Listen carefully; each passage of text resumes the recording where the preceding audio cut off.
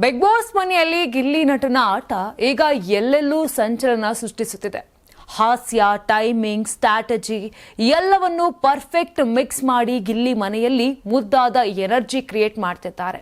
ಈ ಸೀಸನ್ಗೆ ಗಿಲ್ಲಿ ಕೇವಲ ಕಾಮಿಡಿ ಕಲಾವಿದನಷ್ಟೇ ಅಲ್ಲ, ಒಂದು ಪರ್ಫಾರ್ಮರ್, ಒಂದು ಸ್ಟ್ರಾಟಜಿಸ್ಟ್ ಕೂಡ ಅಂತ ತೋರಿಸ್ತಿದ್ದಾರೆ. ಹೀಗಿರೋಕೆ ಕಾರಣವಿದೆ. ಕಿಚ್ಚ ಸುದೀಪ್ ಸ್ವತಃ ಗಿಲ್ಲಿ ಆಟದ ವೈಖರಿಯನ್ನ ಮೆಚ್ಚಿಕೊಂಡಿದ್ದಾರೆ.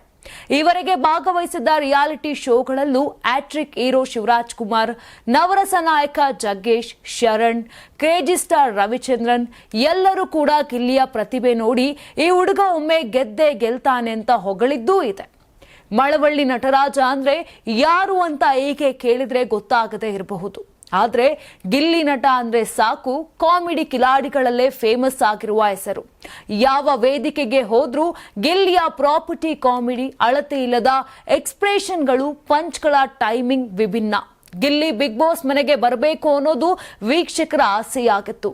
ಗಿಲ್ಲಿ ಇದ್ರೆ ಮಾತ್ರ ಕಾಮಿಡಿ ಕಿಕ್ ಪಕ್ಕಾ ಅಂತ ಫ್ಯಾನ್ಸ್ ಡಿಮ್ಯಾಂಡ್ ಮಾಡ್ತಿದ್ರು. ಅಂತೂ ಆ ಆಸೆ ಸೀಸನ್ 12ರಲ್ಲಿ ನೆರವೇರಿತ್ತು. ಗಿಲ್ಲಿಯ ಪಾತ್ರ ಈಗ ಮನೆಯಲ್ಲಿ ಒಂದು ಫಿಕ್ಸ್ ಎಂಟರ್ಟೈನ್ಮೆಂಟ್ ಡೋಸ್. ಗಿಲ್ಲಿ ಬಗ್ಗೆ ಸ್ಯಾಂಡಲ್ವುಡ್ ಸ್ಟಾರ್ಸ್ ಕೂಡ ವಿಶೇಷವಾಗಿ ಫಿದಾ ಆಗಿದ್ದಾರೆ.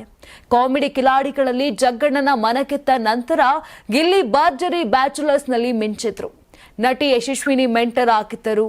ಅವರಿಬ್ಬರ ಕಾಂಬೋ ಅಕ್ಷರಶಃ ಇಟ್ಟಾಕಿತ್ತು. ಗಿಲ್ಲಿ ಮೊದಲ ರನ್ನರ್ ಅಪ್ ಆಗಿ ಹೊರಬಂದಾಗ ಜಡ್ಜ್ ರವಿಚಂದ್ರನ್ ಹಾಗೂ ರಚಿತಾರಾಮ್ ಗಿಲ್ಲಿಯ ಮಾತನಾಡುವ ಶೈಲಿ, ನ್ಯಾಚುರಲ್ ಮ್ಯಾನರಿಸಂ ಎಲ್ಲವನ್ನೂ ಹೊಗಳಿದ್ರು. ನಂತರ ಡಿಕೆಡಿಯಲ್ಲಿ ಶಿವಣ್ಣನಂತೂ ಗಿಲ್ಲಿಯ ಕಾಮಿಡಿ ನೋಡಿ ಸಾಕಷ್ಟು ನಕ್ಕು ಗಿಲ್ಲಿ ಪ್ರತಿಭೆಗೆ ಮೆಚ್ಚುಗೆಯನ್ನ ವ್ಯಕ್ತಪಡಿಸಿದ್ರು. ಒಟ್ನಲ್ಲಿ ಗಿಲ್ಲಿ ನಟ ಎಂಬ ಹೆಸರು ಕರ್ನಾಟಕದ ಮನೆ ಮನೆಗೆ ಪರಿಚಿತವಾದ ಬ್ರ್ಯಾಂಡ್ ಆಗಿದೆ. ನಟರಾಜ ಅನ್ನೋ ವ್ಯಕ್ತಿ ಗಿಲ್ಲಿ ನಟ ಆಗಿ ಮಿಂಚಿದ್ದು ಅವರ ಪರಿಶ್ರಮ, ಪ್ರತಿಭೆ ಮತ್ತು ಜನರ ಪ್ರೀತಿ. ಈ ಬಿಗ್ ಬಾಸ್ ಸೀಸನ್ ನಲ್ಲಿ ಗಿಲ್ಲಿ ಆಟವಂತೂ ಜೋರಾಗಿದೆ. ನೀವು ಸಣ್ಣ ಆಗ್ಬೇಕಲ್ವಾ? ಅದು ಒಂದು ಉತ್ತಮ ಆಹಾರದಿಂದ ಸಣ್ಣ ಆಗ್ಬೇಕಲ್ವಾ? ಪ್ರತಿದಿನ ನಮ್ಮ ಜೀನಿ ಸ್ಲಿಮ್ ನ ಯೂಸ್ ಮಾಡಿ ಯಾವುದೇ ಸೈಡ್ ಎಫೆಕ್ಟ್ ಇಲ್ದಂಗೆ ನೀವು ಸಣ್ಣ ಆಗ್ತೀರಾ.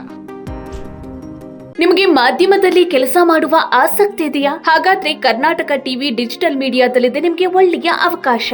ಆಯ್ಕೆಯಾದವರಿಗೆ ಉಚಿತ ತರಬೇತಿ ಕೊಡ್ತೀವಿ. ತರಬೇತಿ ನಂತರ ಕೆಲಸ ಮಾಡುವ ಅವಕಾಶನೂ ಕೊಡ್ತೀವಿ. ಈ ಕೂಡಲೇ ನಿಮ್ಮ ಮಾಹಿತಿಯನ್ನ ಮೇಲ್ ಮಾಡಿ.